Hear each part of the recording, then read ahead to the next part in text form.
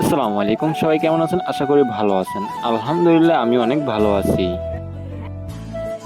আজকে ছুটির দিন, তার উপর ঈদের ছুটি। ভাবলাম টাউনে একটু ঘুরতে যাওয়া যাক, সাথে কিছু কেনাকাটা করে নেওয়া যাবে।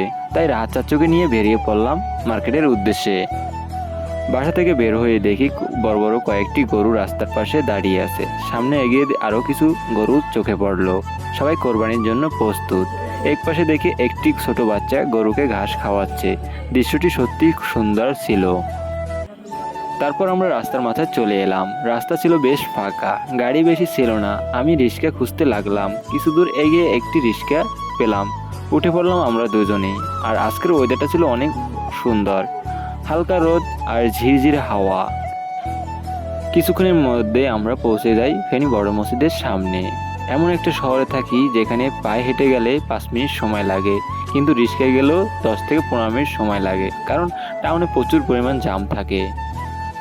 তারপর আমরা হাঁটতে হাঁটতে পৌঁছে যাই ফেনী কলেজের সামনে। কলেজটা আছে রোদে আলোতে দারুণ লাগছিল। একটু ভেতরে ঢুকে দেখি কয়েকজন ফুটবল খেলতেছে, দেখে খুব ভালোই লাগলো। তারপর আমাকে একটু ক্যামেরার ভিতরে নিয়ে নিলাম।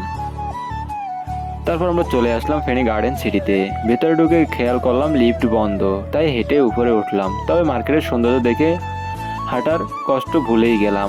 একটা দোকানে ঢুকে জামা কাপড় কিনে দারুণ লাগলো। কেনাকাটা করে মার্কেট থেকে বের হয়ে আবারও ঢুকে পড়লাম ফেনী কলেজের ভিতরে। ঘুরতে ঘুরতে চলে আসলাম দিঘির পাড়ে। আজকের আবহাওয়া ও দিঘির পরিবেশে দুইটি যেন মিলে একটু করে প্রশান্তি এনে দিল। আর রাত চাচ্চু একটু বিরক্ত হচ্ছিল গরমে, আর আমার চেহারার অবস্থা তো পুরো 12টা। তারপরও সবাই মিলে দিঘির পাড়ে একটু ঘোরাঘুরি করে সিদ্ধান্ত নিলাম হালিম খাবো। চলে এলাম হালিম আলাম আমার কাছে। আর হালিম আলাম আমার দোকানটা ছোট্ট থাকলেও পয় পরিষ্কার ছিল, দেখে অনেক ভালোই লাগলো।